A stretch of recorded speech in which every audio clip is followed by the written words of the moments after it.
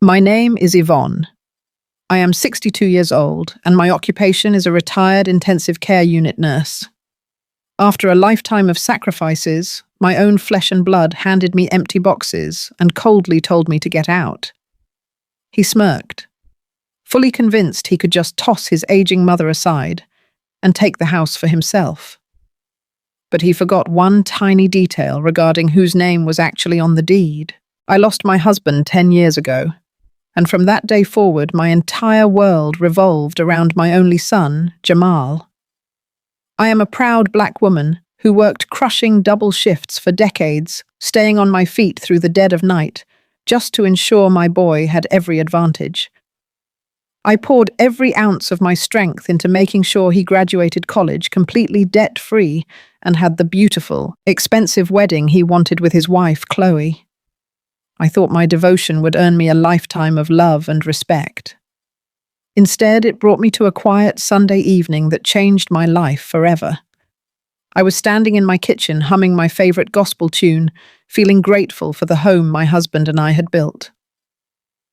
Then Jamal and Chloe walked into the living room. Instead of offering a warm greeting, Jamal marched straight up to me and dropped a thick stack of flattened cardboard boxes right at my feet. The loud thud echoed through the house. He refused to look me in the eye. He just stood there with a cruel smirk on his face and coldly stated that I had exactly 48 hours to pack my essentials. He announced they were moving me into a run-down, low-income assisted living facility across town because they needed the house to expand their own family. I remember the long, grueling nights when the hospital corridors felt like they would never end. As an intensive care unit nurse, I spent decades working double and sometimes triple shifts, listening to the steady beep of heart monitors, while my own heart achingly longed to be home with my boy. I missed countless Christmas mornings and Thanksgiving dinners just to pick up holiday overtime pay. I bought my scrubs from clearance racks and wore the same scuffed thrift store shoes until the soles wore completely thin. I did it all so Jamal could step onto his college campus in brand new sneakers, holding his head high, and never have to take out a single student loan. Every aching muscle in my back and every single missed hour of sleep was entirely worth it to see him walk across that graduation stage, completely debt-free. My late husband and I built our entire lives around providing a solid, unshakable foundation for our son. We poured our blood, sweat, and tears into purchasing our beautiful historic brownstone. To us, it was never just a building made of brick and mortar. It was a testament to our lifelong survival and a towering symbol of Black generational wealth and resilience. We worked extra shifts and skipped family vacations for years to pay off every single cent of that heavy mortgage. When my beloved husband took his last breath 10 years ago, he held my hand tightly and smiled, knowing he was leaving me safe and secure, and leaving our son with a proud legacy to inherit. I promised him I would protect our home and our boy. I kept that promise, holding onto the rich wooden walls of this brownstone like it was an extension of my own soul. It was my ultimate sanctuary, the place where Jamal took his very first steps, and the sacred ground I intended to pass down to him when the Lord finally called me home. Then Chloe came into the picture.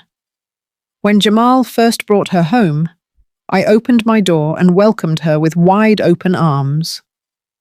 For the first 2 years of their marriage, Chloe played the role of the absolute perfect daughter-in-law flawlessly. She would sit with me out on the back porch, affectionately calling me Mama, and bringing me tall glasses of ice-cold sweet tea with a smile so bright it could warm a winter morning.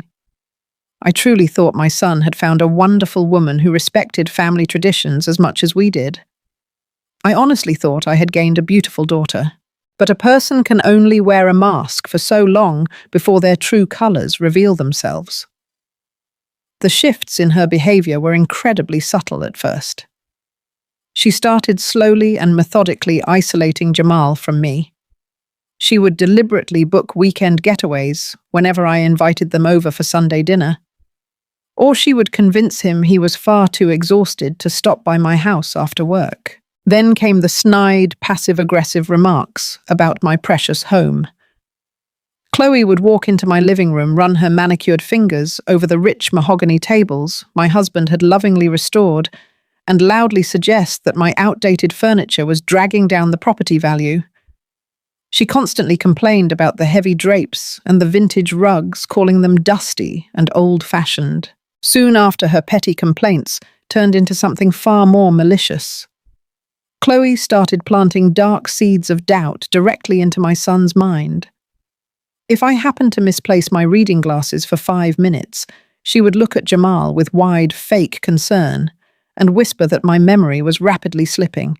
If I left a clean dish towel on the kitchen counter, she would dramatically claim I was becoming a severe danger to myself.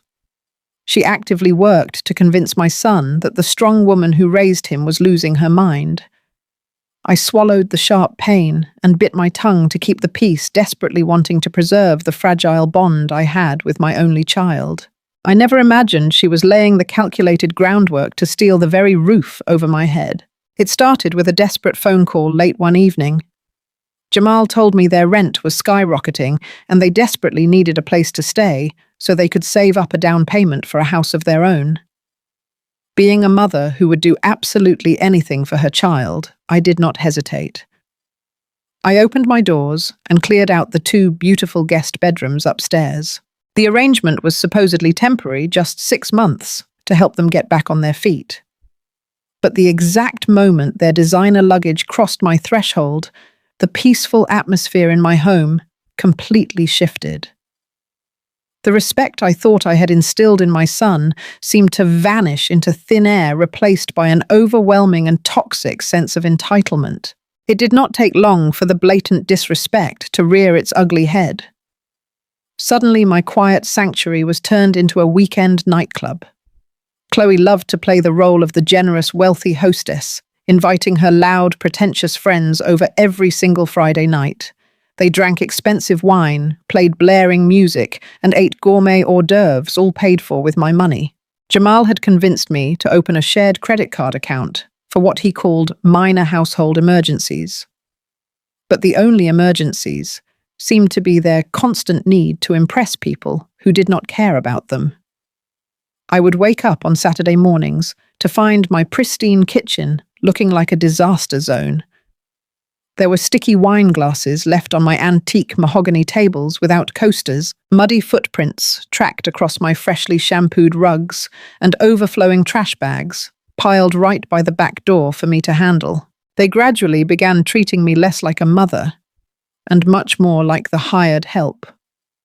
I have always expressed my love through cooking, but even that was thrown back in my face.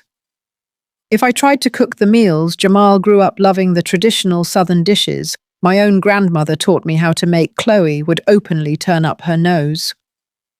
One Sunday, I spent 3 hours standing over a hot stove, preparing smothered chicken, slow-cooked collard greens, and buttery homemade cornbread. Chloe took one look, pushed the plate away, and loudly complained that the food was too heavy, too greasy, and completely lacked any modern refinement. Jamal just sat there, nodding along with his wife. He pushed his own plate away and suggested they order expensive sushi instead. I was left standing in my own kitchen, staring at the food I had cooked with so much love, feeling entirely invisible. I became the designated maid for 2 grown adults, quietly washing their dishes, doing their laundry, folding Chloe's expensive silk shirts, and picking up their discarded coffee mugs. But the absolute most painful part was the way Chloe spoke about me when she thought I was out of earshot. One rainy afternoon, I was walking down the hallway, holding a heavy basket of their clean, folded laundry. The living room door was slightly open, and Chloe had a few of her friends over for afternoon cocktails. I stopped dead in my tracks when I heard my daughter-in-law laugh. It was a high, cruel sound that made my stomach drop. She was telling her friends that living with me was an absolute nightmare. She loudly and casually proclaimed that her poor mother-in-law was rapidly losing her marbles. She fabricated stories telling them I constantly forgot, Things wandered around confused and was becoming dangerously senile. The women laughed, sipping the wine I had paid for, openly mocking my age and my mind right inside my own living room. I stood paralyzed in that hallway, with the laundry basket pressed hard against my chest. My hands shook with a terrible mix of profound humiliation and deep, burning anger. But I swallowed the heavy lump in my throat and quietly retreated upstairs to my bedroom. I closed the door, sat on the edge of my bed, and simply wept. I cried silent, heavy tears into my hands, desperate to keep the peace and terrified of doing anything that might drive my only son away.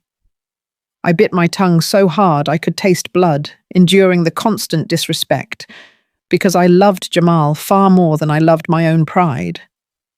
I kept lying to myself, praying it was just a temporary phase, and hoping my son would eventually step up and defend me. I was in the utility room folding another pile of Chloe's silk blouses and Jamal's designer shirts.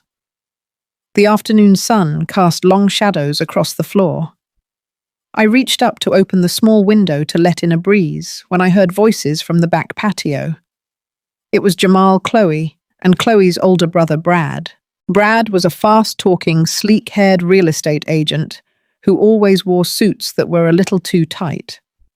I had never liked Brad. He had a way of looking at my historic brownstone, like a predator eyeing a wounded animal. I was about to close the window when I heard my own name. I froze. My hands gripped the edge of the laundry basket as their hushed, intense conversation drifted through the screen. Brad was speaking quickly, his voice dripping with arrogance. He told Jamal that the paperwork was finally ready.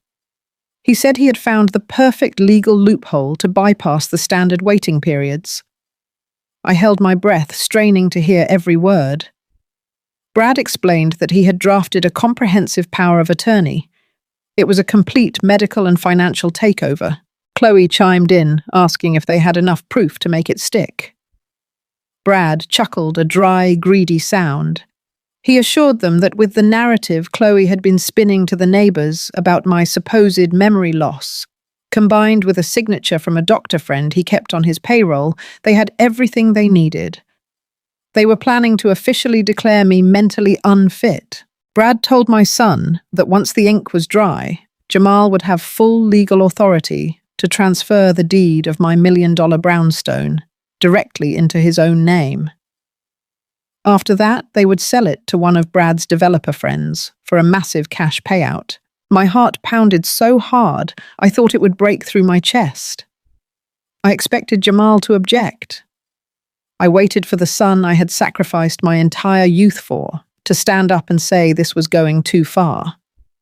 Instead, I heard Jamal let out a heavy sigh of relief. He told Brad they needed to move fast because the collectors were threatening to come to his office. My mind raced. Jamal went on to say that if he did not pay off the offshore sports betting syndicate by the end of the month, they were going to break his legs.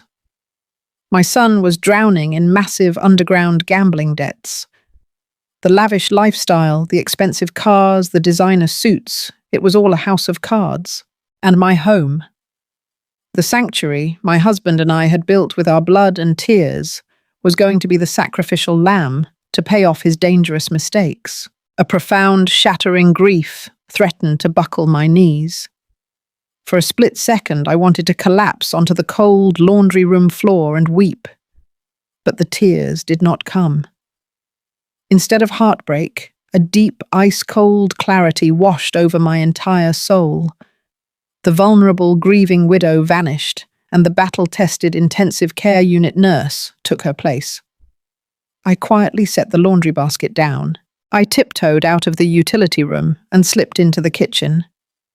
Brad had left his sleek leather briefcase, sitting unattended on my granite kitchen island. He was so utterly convinced that the senile old woman was busy scrubbing their toilets that he did not even bother to lock it. I unlatched the brass buckles with perfectly steady hands. I opened the briefcase and found a thick manila folder right on top. I pulled my smartphone from my apron pocket. I opened the folder, and there it was in black and white. The fraudulent power of attorney papers were already filled out.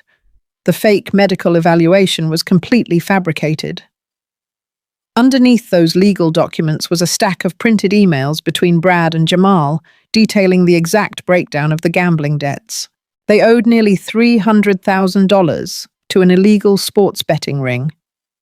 I smoothed out every single page on the counter and snapped crystal clear photos. I photographed the forged signatures, the incriminating emails, and the detailed timeline they had created to force me out of my own home and into a state-run facility. I made absolutely sure every name, every date, and every single dollar amount was perfectly legible on my screen. I carefully placed the papers back into the folder exactly how I had found them. I closed the briefcase and fastened the brass buckles with a soft click. I backed away from the kitchen island and slipped quietly back into the laundry room, just as I heard the patio door handle rattle. As they walked back into the house, laughing and joking about their upcoming payday, I stood in the shadows, holding my phone tight against my chest. They truly believed I was just a naive, exhausted old woman, ready to be put out to pasture. They thought they had backed me into a corner with no way out. But they were about to learn a very harsh lesson. They had awoken a fierce, protective spirit that had survived decades of hardship. I was not going to let them steal my legacy. I was going to let them dig their own graves. The very next morning, the psychological warfare reached a terrifying new level. They were actively trying to make me question my own sanity. I woke up to the unmistakable smell of gas permeating the first floor of my home. Panic gripped my chest as I hurried down the stairs. I found 3 burners on my vintage gas stove, turned on full blast without a single flame, before I could reach the dials to shut them off. Jamal rushed into the kitchen. His face twisted into a mask of exaggerated horror. He aggressively grabbed my shoulders and yelled, asking what I was doing and why I was trying to burn the house down with everyone inside. I stood there looking directly into the eyes of the son I had birthed and raised. I knew for an absolute fact that I had not cooked a single thing that morning. But Chloe was right behind him, clutching her robe and fake crying. She wailed that I was becoming a severe danger to the neighborhood and that my mind was completely gone. The sheer audacity of their gaslighting was sickening. Jamal had deliberately turned those dangerous burners on, willing to risk our safety just to build their fraudulent case against me. Before I discovered their vile plot, this cruel trick might have actually broken my spirit and made me doubt my own mind. But I was a retired intensive care unit nurse. My mind was as sharp as a surgical scalpel. I knew exactly what they were doing. I forced myself to swallow my righteous anger. I lowered my head, let my hands tremble, and apologized in a frail whisper. I played the part of the confused, terrified old woman they desperately needed me to be. They wasted absolutely no time capitalizing on my fabricated decline. By Tuesday afternoon, the doorbell rang. It was Brad sliding into my foyer with a slick, greasy smile, accompanied by a man holding a cheap leather medical bag. Brad introduced the stranger as Dr. Evans, claiming he was a highly respected geriatric specialist who had graciously agreed to do a quick, impromptu wellness check for the family. One single look at the man told me everything I needed to know. His suit was wrinkled. His eyes darted around nervously, and his hands lacked the steady precision of a real medical professional. He was clearly a bribed friend acting out a paid role in their disgusting play. They sat me down in my own living room like I was a prisoner on trial. This fake doctor asked me a series of incredibly insulting and basic questions. He asked me to count backward from 10. He asked me to name the current president and requested that I draw the face of a clock on a piece of scrap paper. I intentionally hesitated. I deliberately stuttered over my words and drew the numbers on the clock slightly crooked. I gave them a flawless performance of a woman losing her grip on reality. The fake doctor sighed heavily, closed his notepad, and looked at Jamal and Chloe with absolute fake solemnity. He declared that I was showing severe signs of rapid cognitive decline and advanced dementia. He stated for the official record that it was utterly irresponsible for me to continue living independently and managing my own affairs. Chloe buried her face in her hands, pretending to weep over my tragic diagnosis, while Jamal patted her back with a grim, practiced nod. They had exactly what they wanted.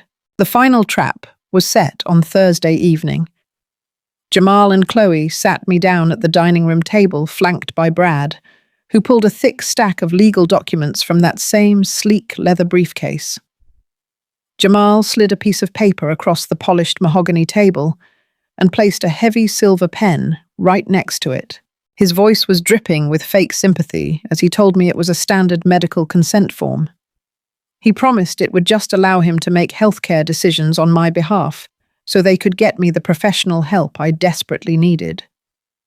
But my sharp eyes scanned the dense paragraphs. I saw the hidden clauses. It was not a medical consent form at all. It was the absolute transfer of my property deed. It was the total surrender of my home and every single asset tied to my name. Brad leaned in close, his voice dropping into a harsh, threatening whisper. He told me that if I did not sign the document by Friday night, they would have no choice but to call the state authorities. They threatened to have me forcibly and legally removed from the premises for my own safety. Jamal looked at me with cold, dead eyes and said I had to do this the easy way or the hard way. They thought they had backed a helpless old woman into a corner with zero options. They expected me to crumble under the heavy weight of their threats and sign my life away. I simply nodded my head with a defeated, trembling sigh. But deep inside, a fiery storm of righteous justice was brewing, ready to unleash a holy reckoning they would never forget. I knew that to catch a pack of greedy wolves, I had to play the role of the perfect injured lamb. For the next few days, I flawlessly perfected my performance of a broken, confused, and utterly defeated old woman. I intentionally shuffled around my beautiful brownstone with my shoulders slumped and my gaze fixed firmly on the polished hardwood floors. Whenever Jamal or Chloe spoke to me, I made sure to let my hands tremble visibly, and I allowed my voice to crack with fake vulnerability. I would nod weakly at their cruel demands and let silent tears slide down my wrinkled cheeks when they reminded me of my supposedly failing mind. They were completely convinced they had finally broken my spirit. Chloe was so incredibly thrilled by her impending victory that she actually decided to host a lavish celebratory dinner in my formal dining room. She had the absolute audacity to raise a crystal glass of my late husband and his most expensive vintage champagne and cheerfully toast to exciting new beginnings. While I sat quietly at the very end of the long mahogany table, looking down at my dinner plate, she talked endlessly about how incredibly bright their future was going to be, completely ignoring the fact that she was actively planning to throw me out on the cold street to achieve it. I just sat there nodding slowly, pretending that I did not comprehend the true malicious meaning behind her viciously sweet words. I gladly let them revel in their cruel and heartless triumph because I already knew exactly what was coming. What those three greedy fools did not know was that while they were busy measuring my living room windows for new modern curtains and picking out expensive paint colors to cover my antique wallpaper, I had been making very calculated moves of my own. Early Wednesday morning, while Jamal and Chloe were fast asleep in my guest room, I had silently slipped out the back door and taken a quiet taxi ride straight to the downtown office of Mr. Sterling. He is a notoriously ruthless and brilliant estate lawyer who handled all of my late husband and his complex financial affairs exactly a decade ago. I confidently marched into his pristine corner office, completely shedding the frail old lady act, and dropped my smartphone right onto his heavy glass desk. I showed him every single crystal-clear photograph I had taken of Brad and his forged power of attorney documents, the fake medical diagnosis, and the printed emails detailing Jamal and his staggering offshore gambling debts. Mr. Sterling adjusted his wire-rimmed glasses and looked at the damning evidence with a cold, clinical precision.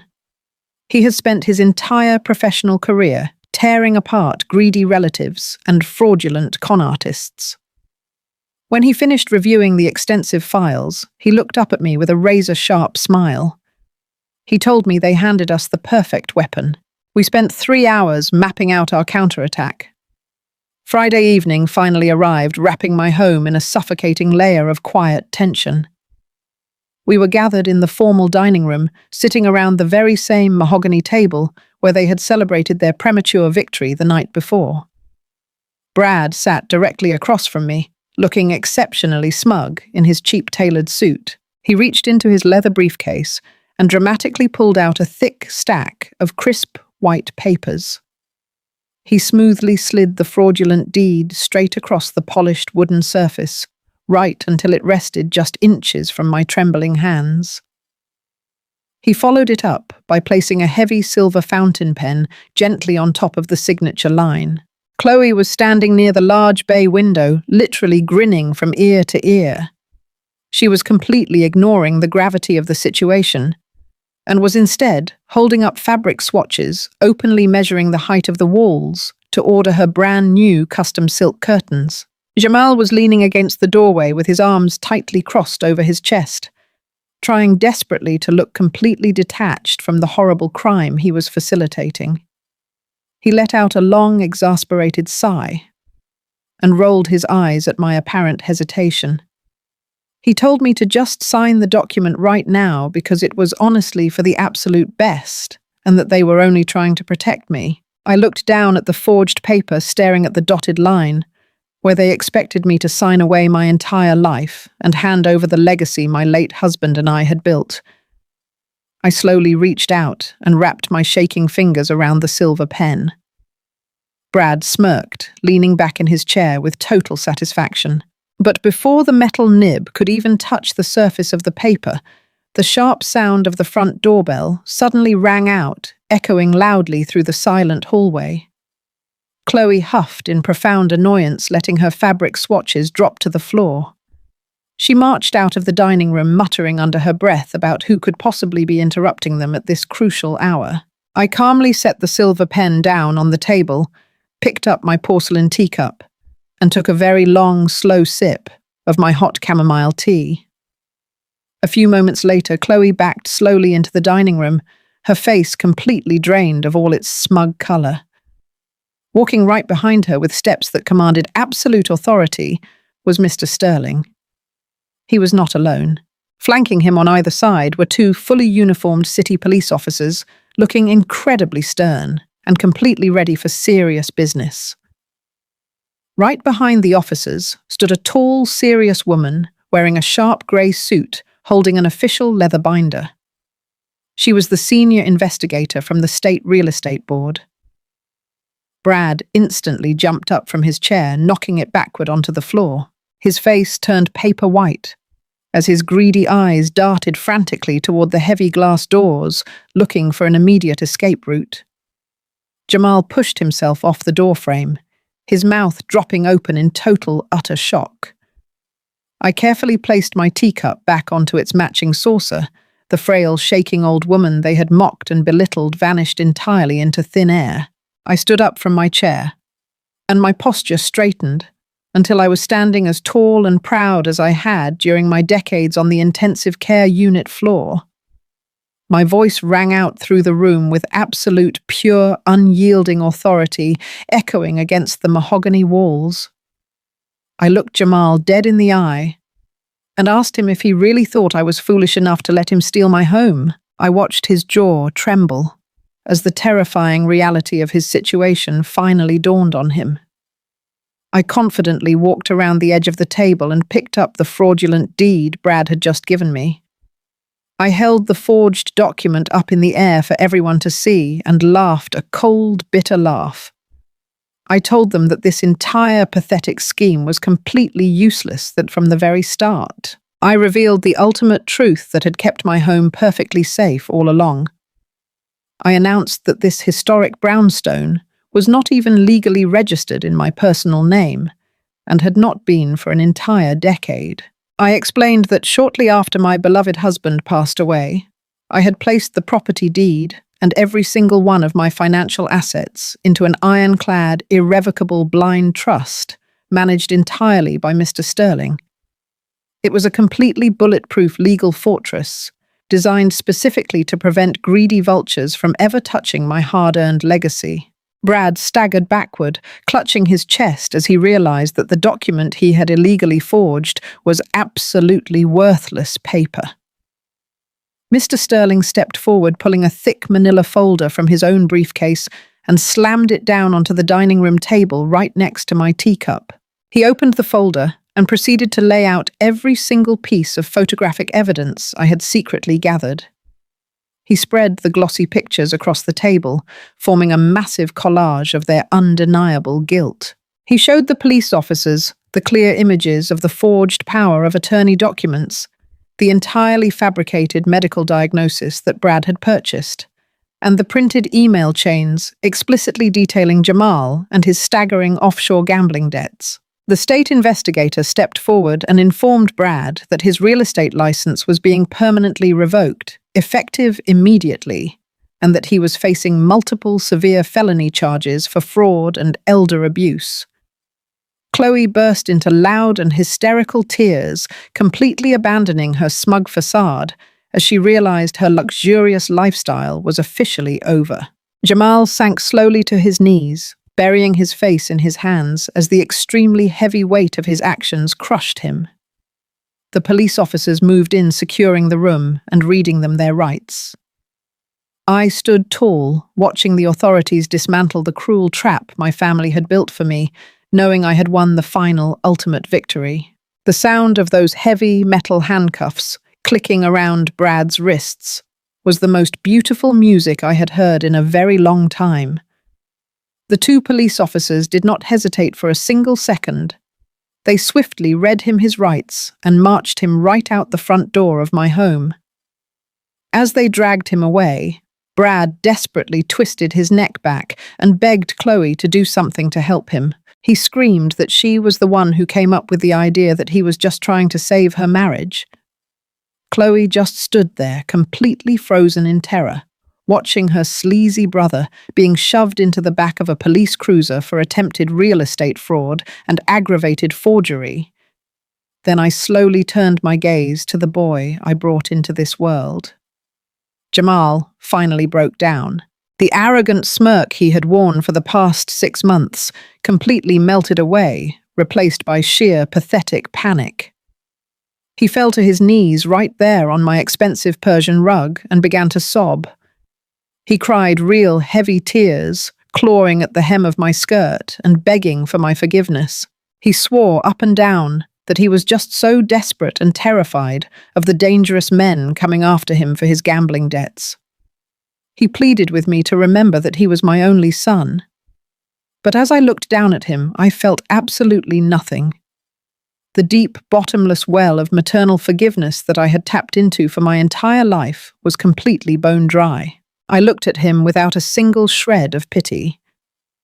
I calmly reached into the hall closet and pulled out a heavy roll of black plastic trash bags. I dropped the roll directly onto the floor, right in front of his tear-stained face. I told them both they had exactly 30 minutes to shove whatever essentials they could fit into those bags and get out of my sight. Chloe tried to protest, sobbing that they had nowhere to go and no money to their names. I stared her down with an ice-cold glare and pointed straight to the front door, telling her that was no longer my problem. I stood like a stone statue in the hallway, watching the two of them frantically scramble up the stairs. Exactly 30 minutes later, they walked out into the freezing, cold night, holding nothing but garbage bags. Fast forward 3 months, and my life has transformed in ways I never thought possible. Word travels fast in our community, and I heard through the grapevine exactly where Jamal and Chloe ended up. They are completely and utterly bankrupt, with Brad sitting in a jail cell and no majestic brownstone to steal. They were forced to face the vicious reality of their massive debts alone. They are currently living in a cramped, dingy studio apartment on the bad side of town, constantly looking over their shoulders and drowning under the crushing weight of the financial ruin they tried to escape. They lost their luxury cars, their expensive clothes, and their precious social status. Every wicked trap they laid for me ended up snapping shut entirely on them. As for me, I have completely reclaimed my profound peace. The heavy, suffocating energy they brought into my home is permanently gone. To celebrate my absolute freedom, the very first thing I did was hire a contractor to paint over that dull grey colour Chloe had forced upon my living room. The walls are now painted a vibrant, joyful golden yellow that catches the morning sun beautifully and makes the entire house feel alive. My home is my sanctuary once again. Instead of cleaning up after ungrateful children, I now spend my weekends hosting my wonderful church sisters for elaborate Sunday brunches. We gather around my antique mahogany dining table, drinking mimosas, eating my traditional Southern cooking, and laughing until our stomachs physically ache. I am surrounded by genuine love and profound respect. The absolute pinnacle of my newfound joy came just yesterday. I officially booked a month-long luxury cruise to the crystal-clear waters of the Caribbean. I am going with a lively group of fabulous senior black women who know exactly how to celebrate the golden years of their lives. We are going to drink tropical cocktails, dance under the stars, and completely enjoy the gorgeous fruits of our lifelong labor. Sitting here on my porch, sipping my sweet tea, I finally realize the greatest lesson of my long life. We are taught that family is absolutely everything, and that we must endure any amount of pain for our flesh and blood. But I learned that cutting off toxic blood is truly the ultimate form of self-care.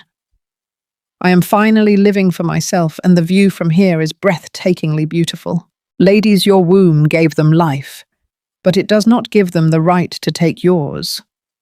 Never let anyone, not even your own flesh and blood, make you feel like a guest in the kingdom you built. You poured your absolute heart and soul into raising your children, providing them with every possible advantage in this hard world. But that beautiful devotion is a precious gift, not a blank check for them to endlessly cash at your own expense. When they boldly choose bitter greed over basic gratitude, you absolutely must choose yourself. Protect your hard-earned assets and your dignity with unyielding strength, because you deserve profound respect. If you felt the true power in this story, hit that like button and subscribe to the channel. Let me know down in the comments. Where are you watching from today? What time is it? And how exactly would you have handled a deeply ungrateful son like Jamal? I will definitely be reading your responses, and I truly want to hear your unique perspectives on this matter. We must always remind each other of our immense worth. Until next time, please stay incredibly blessed and fiercely guard your precious peace.